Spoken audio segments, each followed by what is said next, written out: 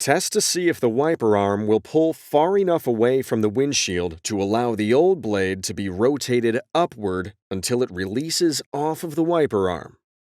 If not, remove the cover at the bottom of the wiper arm by spreading both sides of the plastic with your index fingers.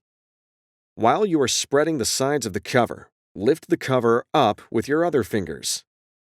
Pull the wiper arm upright until it is vertical to the windshield. Rotate the lower end of the blade upward until it releases off of the wiper arm.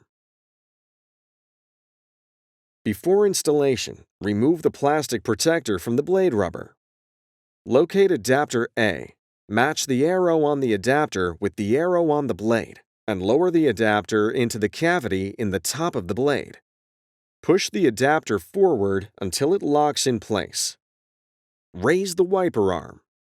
The blade must be rotated 90 degrees to the arm end for the cross pin in the center of the blade to easily slide into the groove in the arm. Rotate the lower half of the blade toward the wiper arm to lock it in place. Lower the wiper arm onto the windshield. Reinstall the cover at the bottom of the wiper arm. Before use, be sure the wiper blade is locked onto the wiper arm.